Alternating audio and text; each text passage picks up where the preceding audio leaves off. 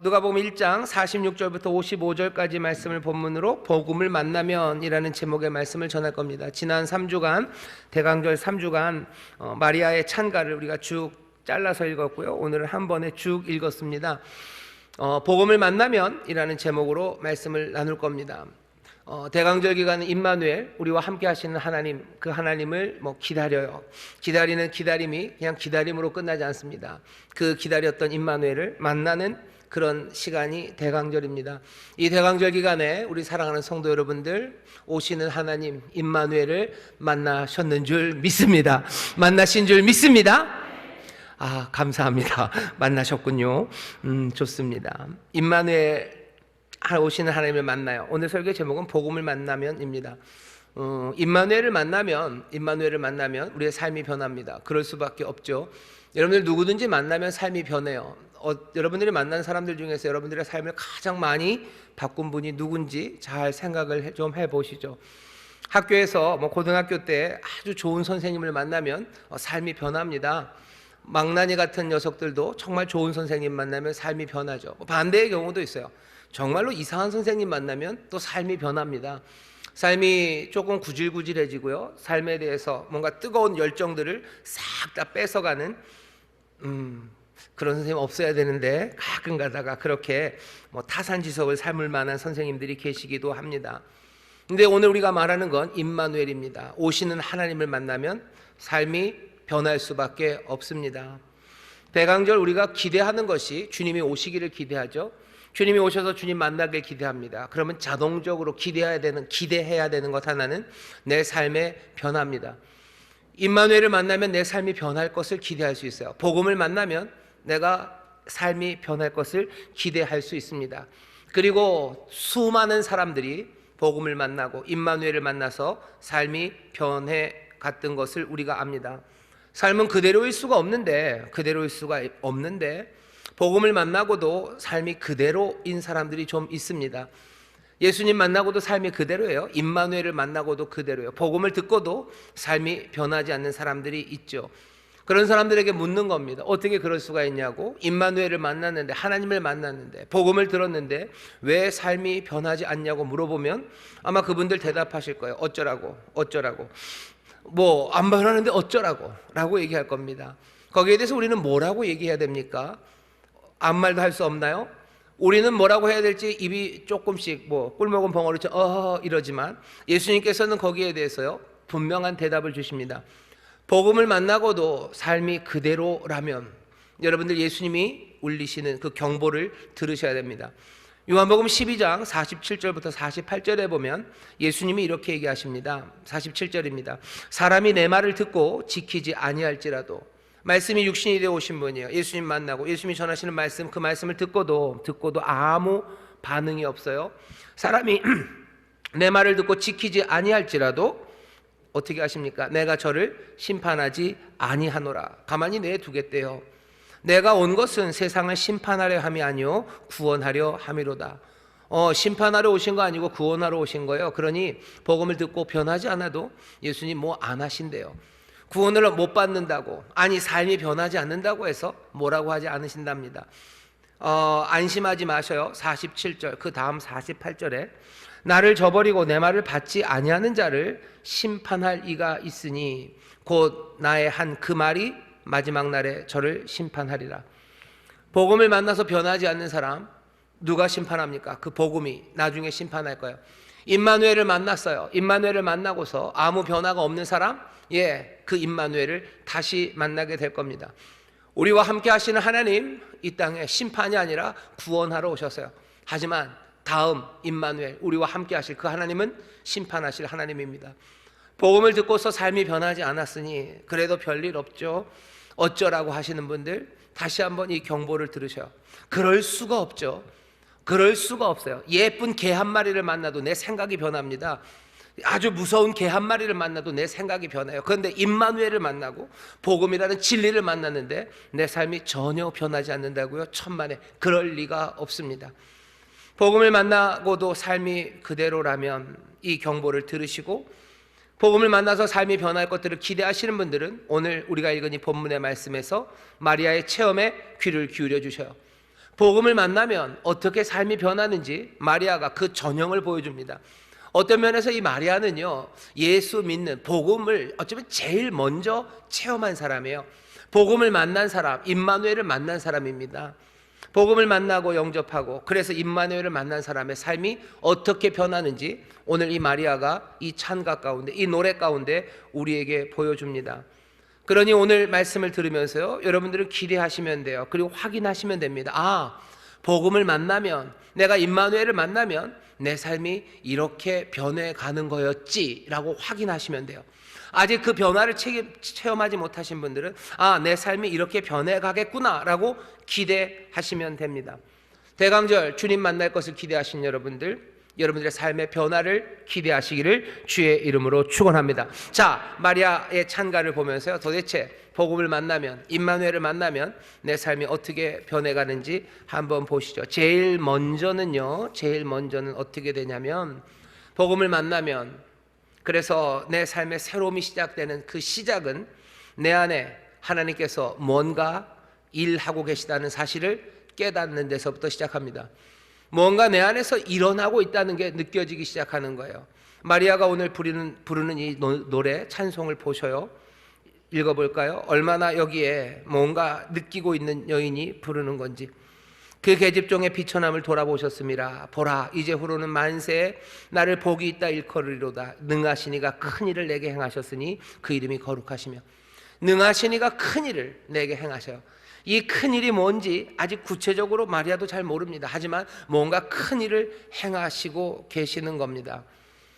여러분들, 복음이 우리 가운데 임했을 때 임마누엘이 우리에게 오셔서요, 그냥 우리를 슥 구경하러 오신 거 아닙니다. 하나님은 일하시는 하나님이셔요. 그 일은 이 땅에 오셔서 세상을 다스리는 일일 뿐만 아니라 임마누엘, 우리 가운데 오실 때는 우리를 돕고 구원하러 오시는 거예요. 그 구원의 일이 뭐 장난이 아닙니다. 우리 안에 하나님의 생명을 주시는 일이에요. 우리를 거듭나게 하시는 일이에요. 우리를 어둠에서 다시 빛으로 옮기시는 일이에요. 우리를 새로운 피조물로 만드시는 일이에요. 임마누엘 오셔서 바쁘셔요. 임마누엘 오셔서 거대하고 위대한 일을 하셔요. 능하시니가 내 삶에서 큰 일을 지금 하고 계시는 거예요. 복음이 임마누엘이 내게서 그 일을 하시는데 나는 그거 뭔 일이 일어나는지 아무것도 모르고 잠만 쿨쿨 잘 수는 없습니다. 엄청난 변화의 일을 지금 일하시고 진행하는 그동안에 내 안에 뭔가가 일어나고 있다는 것을 내가 느낍니다. 복음을 듣고 나서 뭐가 마음이 설렁해요. 뭔가 내 안에 꿈틀해요. 뭐가 움직여요. 생동감 있는 것이, 뜨거워지는 것이 내 안에 있는 것, 그것들을 체험합니다. 정확히 그것이 무엇인지는 이해 못하고 그 만들어가는 것들의 방향, 그것들을 다 알지는 못해도 말할 수 있어요. 내게 지금 무슨 일이 벌어지고 있다고, 내 삶에 지금 뭔가 이루어지고 있다고, 뭔가 내 삶이 흔들리고 있다는 그 느낌이 오는 거예요. 내가 바뀔 것만 같아요. 이러다가 내가 딴 사람이 될 것 같은 뭔가가 내 안에 움직이고 있는 것, 내가 기쁨으로 나를 흔드는 뭔가 한 존재가 내게 왔음을 나는 느낍니다. 하나님이 우리 가운데 임했는데 복음이 내게 들어왔는데 가만히 아무 일 없이, 아니, 그럴 수 없습니다.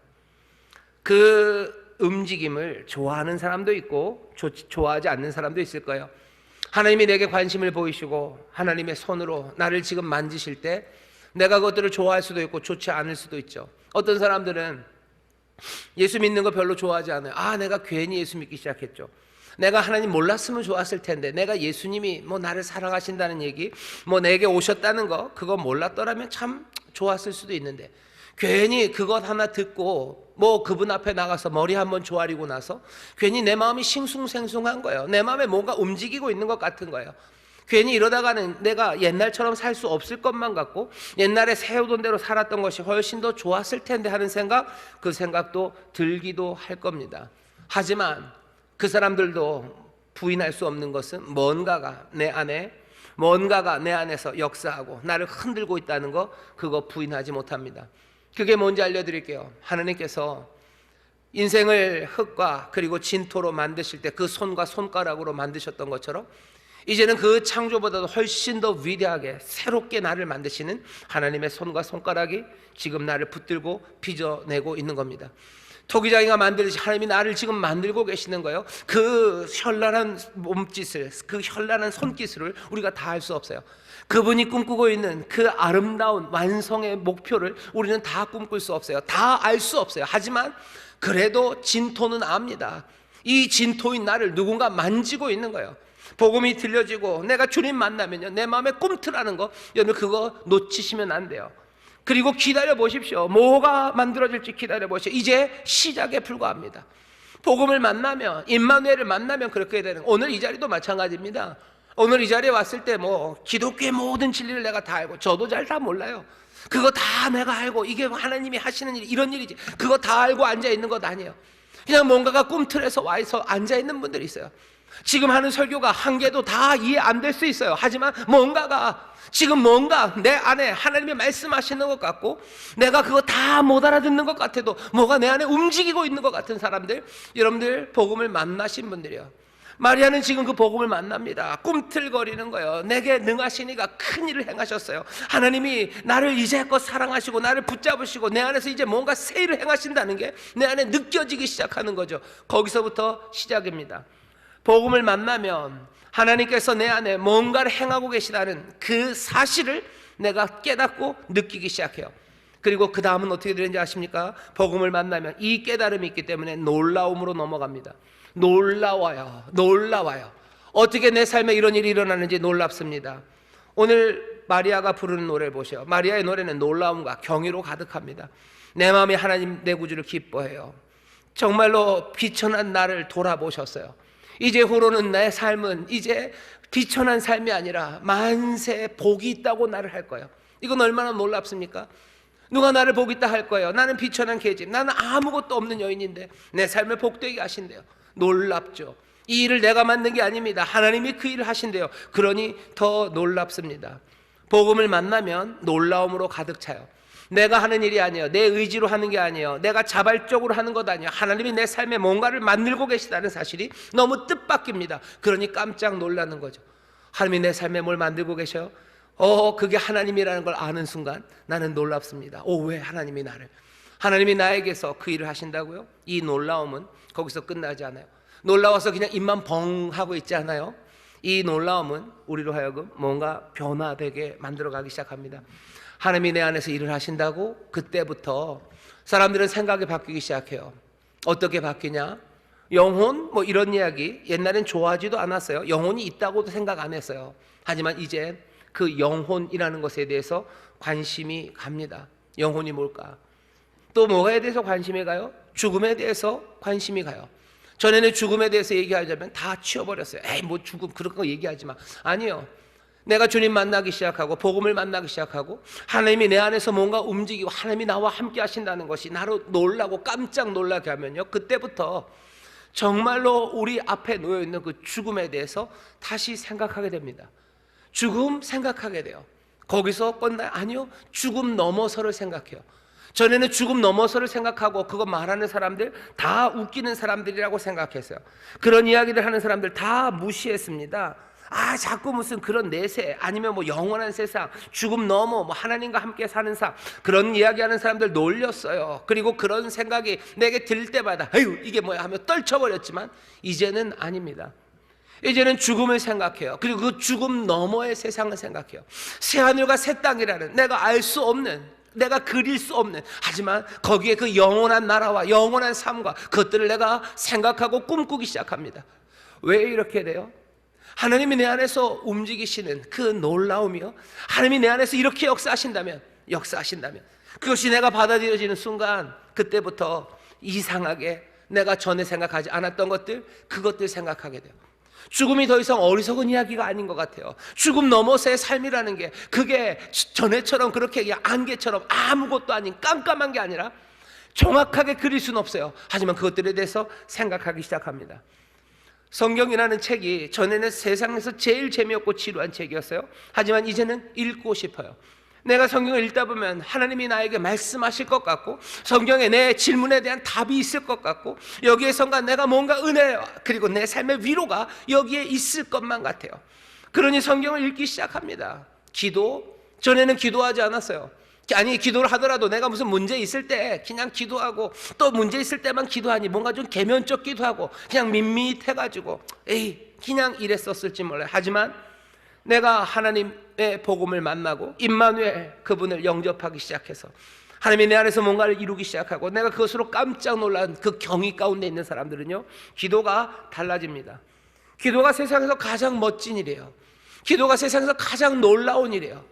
내가 내 입을 열어서 말하면 하나님이 내 기도를 들으신다는 거, 하나님이 내 기도하는 그 자리에 있다는 사실이요, 너무 신기하고 놀랍습니다. 그러면서 밤낮으로 내가 기도해야만 할 것 같고 내가 기도하는 그 자리로 나아갑니다.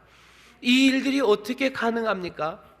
놀라움이에요. 그 놀라움이 이렇게 만들어가요. 그리고 나서 어떻게 되는지 아세요? 변화된 내 삶에 내가 놀랍니다.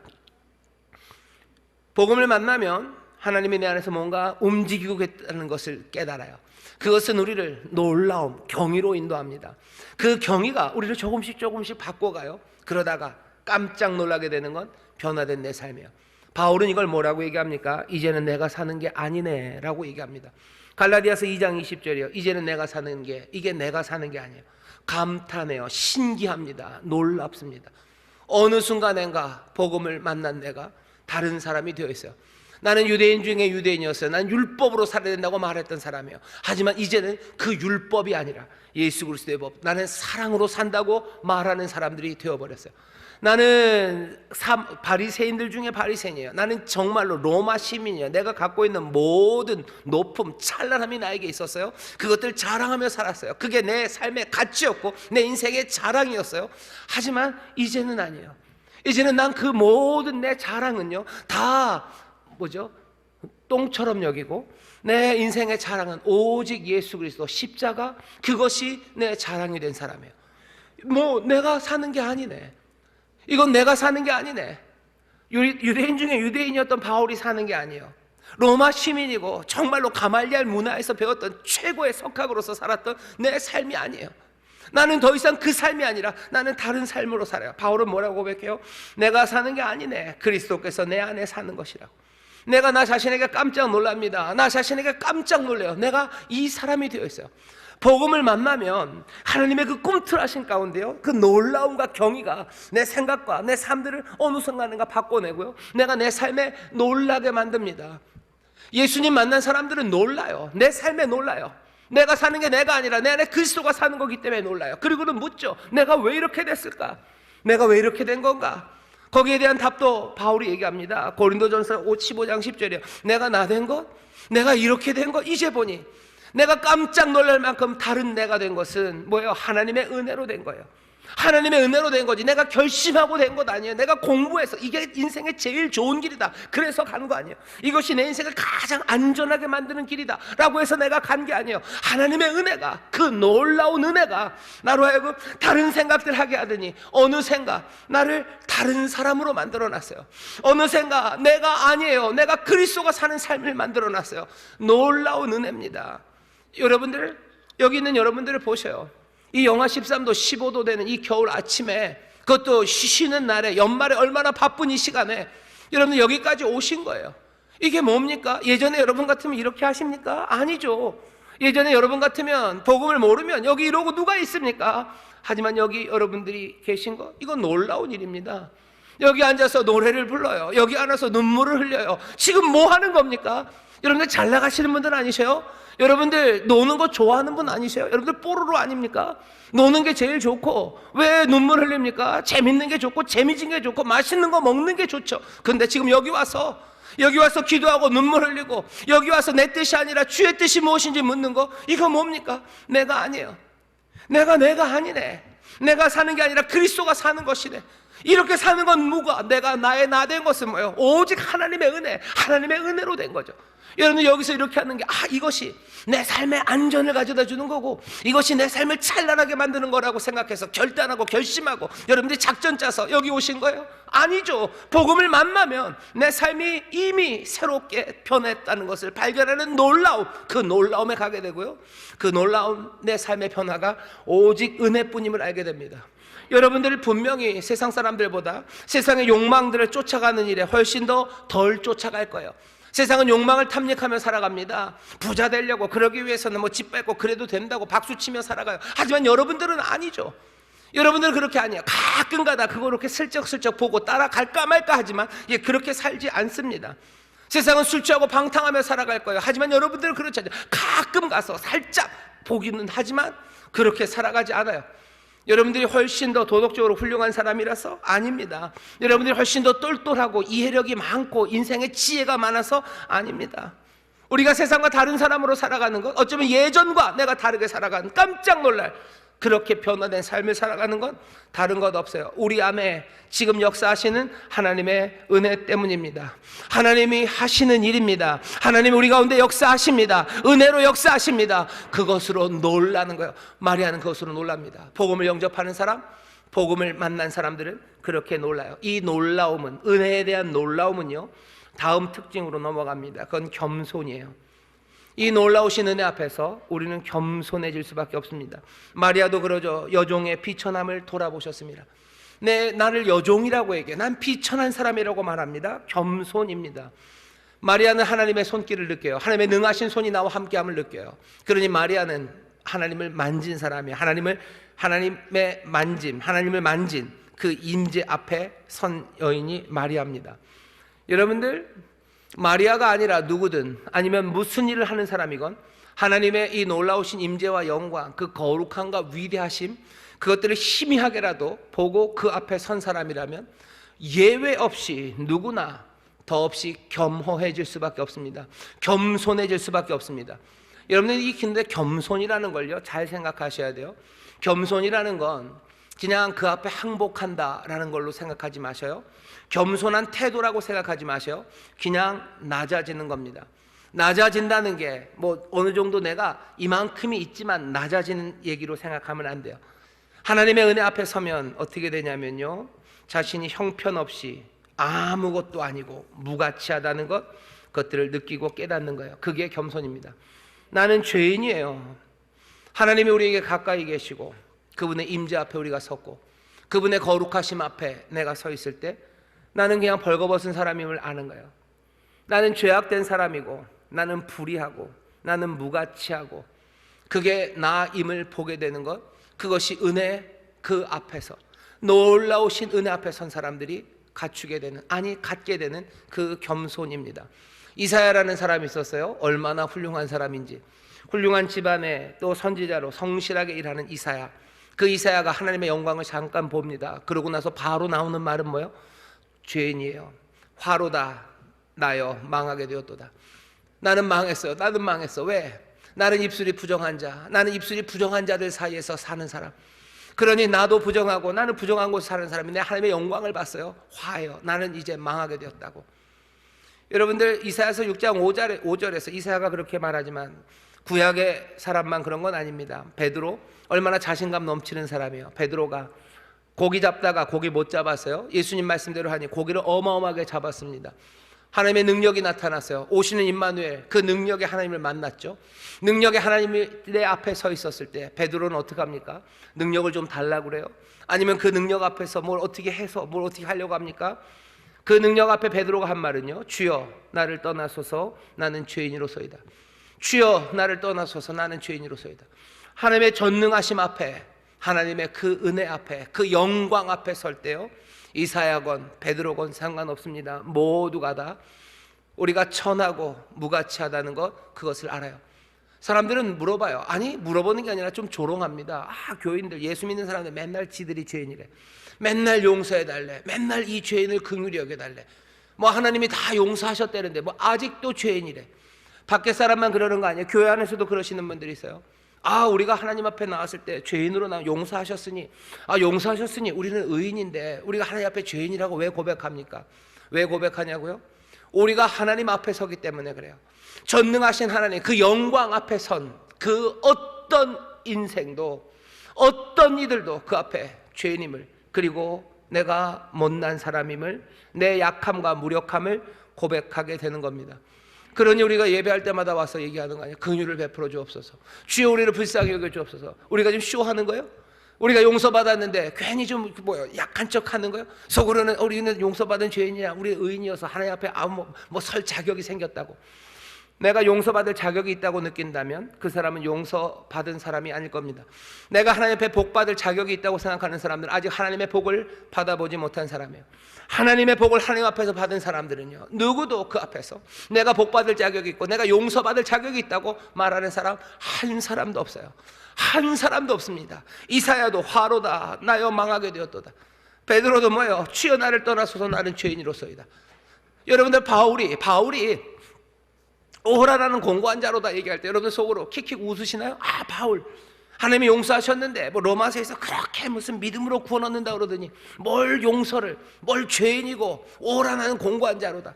왜 저럴까? 여러분들 그렇게 생각하신 거예요?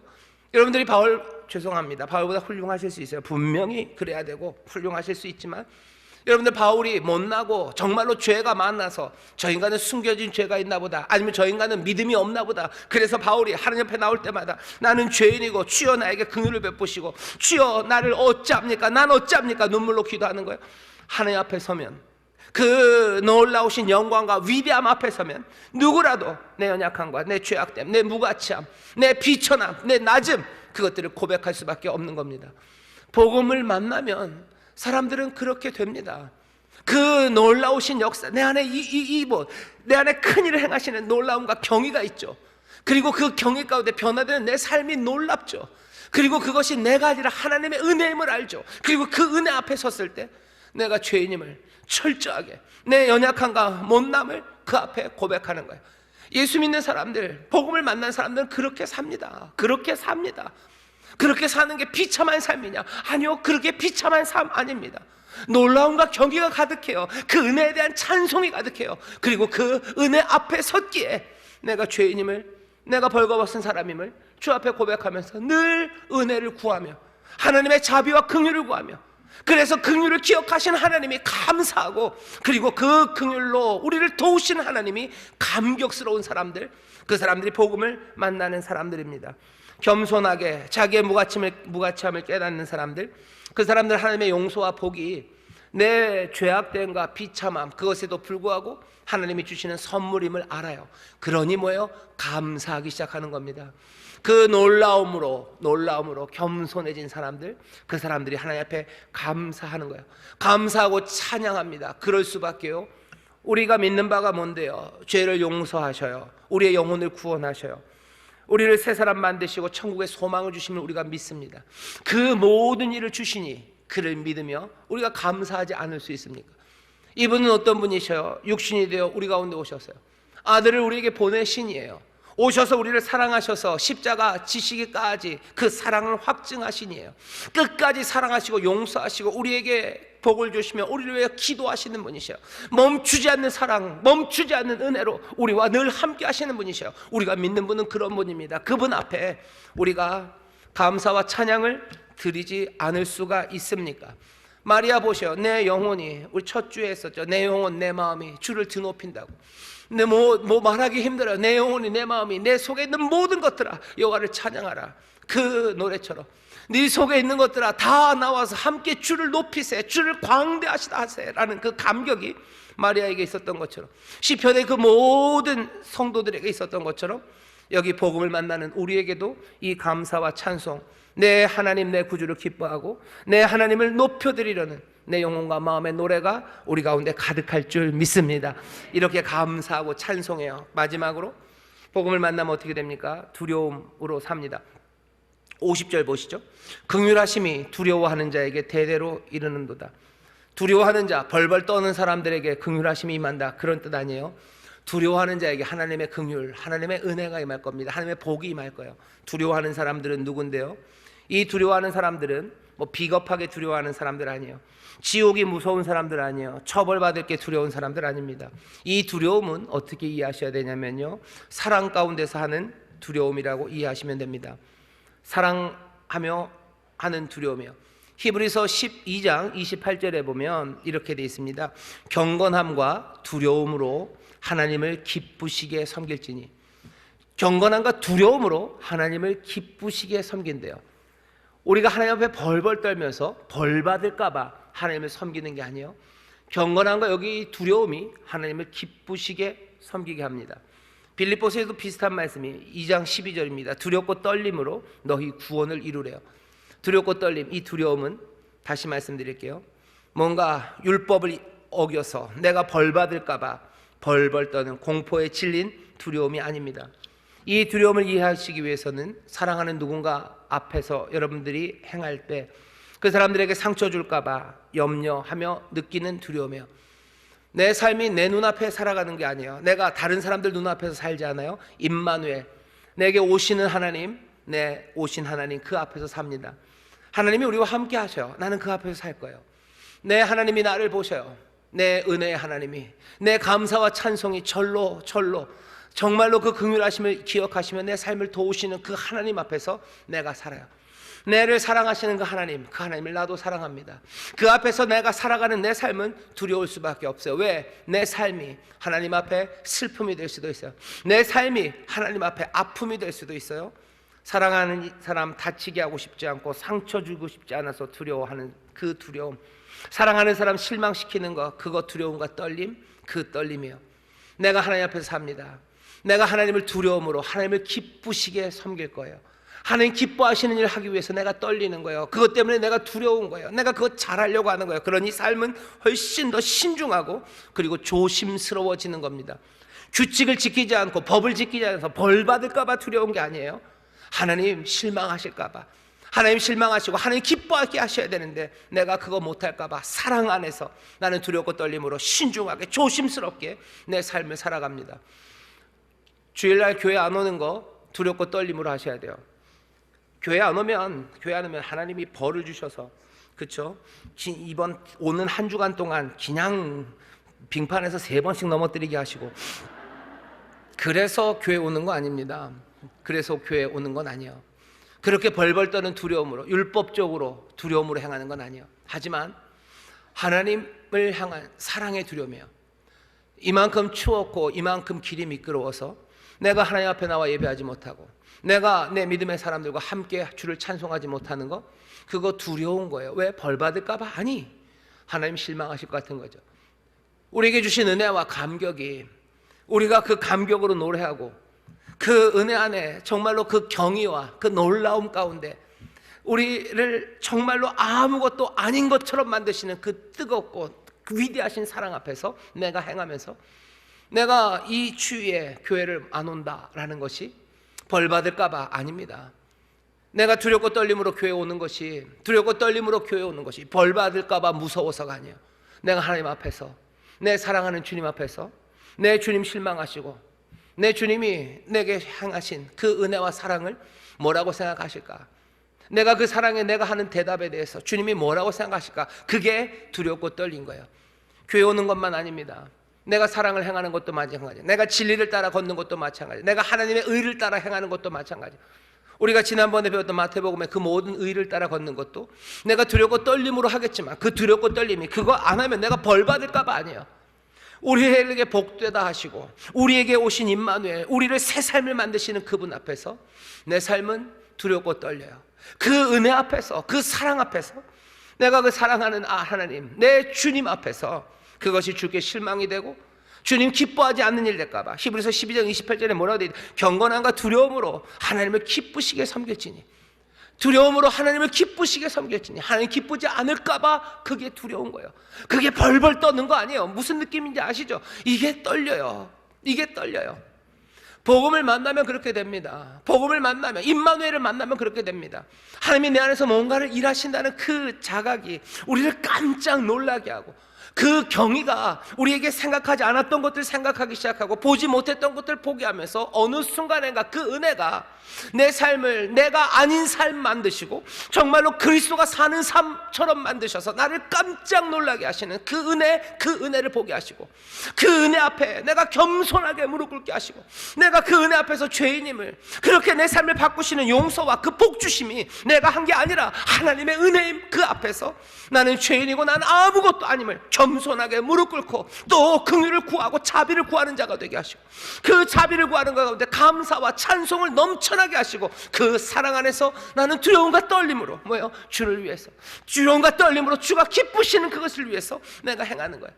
그게 복음을 만나며 살아가는 삶입니다. 오늘 마리아가 이 이야기를 들려주셔요. 오늘 이 이야기가 여러분들의 이야기입니까? 7.8% 여러분들의 이야기 복됩니다. 여러분들이 이 이야기가, 이 과정이 여러분들이 지금 가고 있는 길이면 여러분들 복되셔요. 어떤 분들은 이 과정이 오래전의 일이었다면 뭐 그리 나쁘지 않습니다. 오늘 이 시간에 약간의 격려가 필요해요. 왜? 오늘 이야기가 몽땅 다 남의 이야기 같은 분 있으시죠? 몽땅 다 남의 이야기 같아요. 그러면 뭐예요? 결국은 나는 복음을 못 만난 건가? 나는 뭐가 꿈틀거리는 것도 모르겠고, 하나님의 뭐 내 안에 생활의 놀라움 그런 것도 모르겠고, 나는 뭐 영혼에 대해서 생각해 본 적도 없고, 뭐 죽음 이런 거 잘 모르겠고, 내 삶을 보고 내가 깜짝 놀라고, 아, 내가 바뀌었네, 내가 사는 게 내가 아니네, 예전에 내가 아니네, 내가 내 그리스도가 사는 거네, 내가 왜 이렇게 됐을까? 이건 몽땅 다 하나님의 은혜네. 아, 그딴 얘기 난 한 개도 모르겠는데요.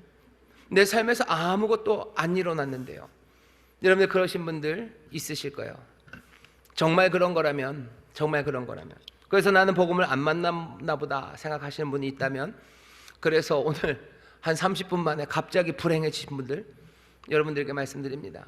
마리아도 처음에 이 복음이 임할 때 어찌 이런 일이 있냐고, 어찌 이런 일이 있을 수 있냐고 부정했어요. 그 아문으로 나오지 못합니다. 마리아는 몰랐죠. 이게 지금 하나님의 역사인지 몰라요. 그냥 나사렛에 사는 젊은 여자에게 일어나는 일, 그리고 젊은 남자와 함께 살아가는 이 세상의 일인 줄 알았어요. 아니, 이 땅의 일이 아닙니다.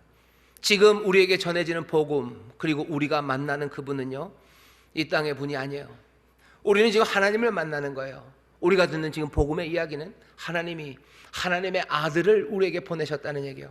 하나님이 하나님의 영을 우리에게 보내셨다는, 우리는 지금 그 얘기를 하고 있는 거지 이 땅의 이야기를 하고 있는 게 아닙니다. 여러분들 세상의 기준들, 그것들 다 내려놓으셔야 돼요. 예수님 이 땅에 오실 때 많은 사람들이 예수님 만났어요. 세상에서 가장 똘똘하다는 사람들, 가장 의롭다는 사람들, 가장 힘 있다는 사람들, 로마 병정들, 대제사장들, 온갖 바리새인들, 학자들 다 예수님 만났어요. 하지만 예수님 제대로 만나서 그 놀라운 변화의 길, 그것들 누리지 못했어요. 영접하지 못했어요. 왜? 예수님을 이해해 보려고 했기 때문입니다. 이해해 보려고 하지만 이해 안 됩니다. 그럴 수밖에요. 지금 우리가 하는 이야기는 하늘에 속한 이야기예요. 니고데모가 와서 물어봐요. 거듭남 그게 뭐냐고. 예수님이 야단치십니다. 예수님 알아요. 너 모른다. 영으로 난 건 영이고 육으로 난 건 육이다. 지금 너희가 어떻게 바람에 관한 이야기를 알겠냐? 하늘로부터 나는 거래요. 이해할 수 없습니다. 이해하려고 너무 애쓰지 마십시오. 하나님이 어떻게 참 인간이 됩니까? 그 신비를 다 이해하려고 애쓰지 마세요. 거듭남? 어떻게 거듭납니까? 그것에 대해서 우리가 다 설명할 수 없어요. 그럼 어떡합니까? 마리아처럼 하세요. 마리아도 당혹스럽죠. 이게 어쩐 일이냐고, 이건 불가능하다고 생각하죠. 하지만 결국은 마리아 어떻게 얘기하죠? 주의 계집종이오니 말씀대로 내게 이루어지이다. 주의 계집종이오니 말씀대로 이루어지이다. 이건 지금 이 땅의 이야기가 아니에요. 하나님 이야기예요. 지금 여기서 이야기는 하나님의 아들에 관한 이야기예요. 이건 영원한 것에 관한 이야기예요. 여러분들 여기 지금 우리에게 그 하나님이 오신다고 얘기하는 거지. 우리가 아는 누군가, 제일 똑똑한 누군가가, 우리가 아는 제일 힘 있는 누군가가, 제일 부유한 누군가가 우리에게 온다는 이야기가 아니야. 빈살만이 오는 것에 대해서 얼마든지 설명할 수 있습니다. 그리고 얼마든지 영접할 수 있어요. 사람들이 다 환영합니다. 하지만 하나님이 우리 가운데 오실 때 그것들을 영접하는 건, 이건 전혀 다른 차원의 이야기예요. 세상의 기준으로 말할 수 없어요. 당혹스럽죠. 이게 뭔지 모르죠. 하지만 마리아처럼 얘기하시면 돼요. 예, 주의 계집종이니 말씀대로 이루어집니다. 주님 역사하시고 하시라고, 그대로 하시라고, 내가 따라가겠다고 그렇게 고백하는 마리아, 이 마리아의 이 태도를, 여기 나는 아닌가 보다 싶으신 분들, 여러분들 아닌 것 아니에요. 마리아도 처음에 그랬어요. 하지만 여러분들이 세상의 기준 내려놓고, 이것이 하늘의 일이고, 이것이 내가 이해할 수 있는 일이 아니고, 내가 당황스럽고 이것이 이해되지 않아도 내가 이것들 따라가기 시작할 때 내 삶에 이 일이 시작될 것들을 믿으며 나오시기를 주의 이름으로 축원합니다. 주의 이름으로 축원합니다. 거기서부터 하나님이 내 삶에 뭔가를, 지금 이 말이 여러분들에게 만나는 복음이 되어서 지금 임하신 하나님의 말씀이 되어서 여러분들 안에서 꿈틀하기 시작한다면 여러분 그거 놓치지 마셔요. 뭔가 일어날 것 같아요. 그렇다면 그때부터 어떻게 하시면 돼요? 말씀하시라고, 하나님 말씀하시라고 하나님 앞에 맡기셔요. 계속 말씀하시도록, 계속 행하시도록. 그리고 나에게 말씀하신 그거 내가 행하며 나아가면 됩니다. 내가 느끼는 바대로 순종하셔요. 계속해서 순종하며 나가셔요. 그러면 어떻게 되겠습니까? 여기 있는 이 일들 그대로 이루어집니다. 왜? 하나님은 우리 안에서 시작하신 그 선한 일을 포기하지 않으셔요. 우리 안에 선한 일을 시작하시니까 예수 그리스도의 날까지 그것을 이루실 것을 확신한다고 그랬어요. 모든 것들을 합력하여 선을 이루신다고 하셨어요. 여호와의 열심히 이 일을 이루신다고 하셨어요. 하나님 신실하셔서 이 시작하신 일을 마무리하십니다. 시작하고 그냥 버리시는 분 아니에요. 우리 안에 이 일을 시작하셔서 우리 안에 꿈틀하게 하셨다는 건 우리에게 오신 하나님이에요. 오셨다 그냥 가지 않아요. 물도 그냥 상의 땅에 떨어졌다 사라지는 물이 어디 있습니까? 하늘에서 물 한 방울이 떨어져도 반드시 위로 올라가요. 그냥 올라갑니까? 내려와서 곡식들을 만들고 사람들에게 먹을 것과 양식과 그리고 종자를 다 내어주고 그리고 하늘로 갑니다. 그런데 하나님의 말씀이 이 땅에 오시고 하나님이 이 땅에 오시고 하나님이 저와 여러분 우리의 삶에 오셨다가 그냥 간다고요? 물방울도 그냥 가지 않는데, 물방울도 내려왔다 그냥 올라가지 않는데 하나님이 우리 가운데 오셨다 그냥 가실 리가 없어요. 내 안에 오셔서 나를 흔들어 놓으셨다면 여러분 확신하십시오. 내가 이해하지 못해도 이거 하늘의 일이에요. 하나님의 영으로 우리 가운데 오셔서 일하기 시작하셨다면 우리 가운데 그 일을 이루실 테니 내가 다 이해하지 않고 내가 당혹스러워도 여러분들 그 일들을 영접하시고 또 영접하시고 순종으로 나가시기를 주의 이름으로 축원합니다. 주의 이름으로 축원합니다. 그러면 분명합니다. 여러분들 깜짝 놀라게 될 거예요. 하나님이 내 안에서 역사하심으로 깜짝 놀라게 되고 내 삶의 복 주심으로 깜짝 놀라게 되고 그것이 내 삶을 바꿔놓은 내 삶을 보면서 여러분들 깜짝 놀라게 되실 거고 그 은혜 앞에 무릎 꿇게 되실 거고 그 은혜를 찬송하기 시작할 거고 주를 사랑함으로 두렵고 떨림으로 가장 신중하고 진중하게 하나님의 말씀 따라 살아가는 하나님의 자녀들 복된 삶들을 살게 되실 줄 믿습니다. 그 모든 삶 앞에서 나의 나 된 것은 오직 하나님의 은혜, 하나님이 다 하셨다고 고백하면서 그 복음의 삶, 복음을 만나 변화된 그 새로운 삶을 누리게 되는 여러분 되시기를 주의 이름으로 축원합니다. 그렇게 될 줄 믿습니다. 말할 수 없는 이 선물을 주신 하나님께서 우리 가운데 오셔요. 대강절입니다. 이 대강절 이 하나님 우리를 만나시니 여러분들이 그 복음을 만나 변화되는 그 삶들을 꿈꾸기 시작하시고 그리고 그 삶들을 누리기 시작하시기를 주의 이름으로 축원합니다. 기도하겠습니다. 하나님 감사합니다. 복음을 만나면 삶 변합니다. 하나님 임마누엘 우리 가운데 오신 하나님 만나면 내 삶이 변합니다. 주여 우리가 이해되지 않을지라도 지금은 이해되지 않을지라도 주여 이 귀한 말씀을 영접하며 우리 안에서 역사하시는 하나님 지금 우리 가운데 일하시니 그 주님을 바라보며 주여 주를 영접하며 주의 말씀대로 한 걸음 한 걸음 걸어나가기 시작하는 하나님의 귀한 자녀들 아버지 그 가운데 변화될 내 삶들을 함께 꿈꾸는 하나님 우리 성도들 주여 성령으로 충만하게 하시사 이 진리를 기억하게 하시고 보혜사 성령님 이 진리의 길을 이 변화의 과정을 우리와 함께하여 주옵소서. 감사드리며 예수님 이름으로 기도하옵나이다. 아멘.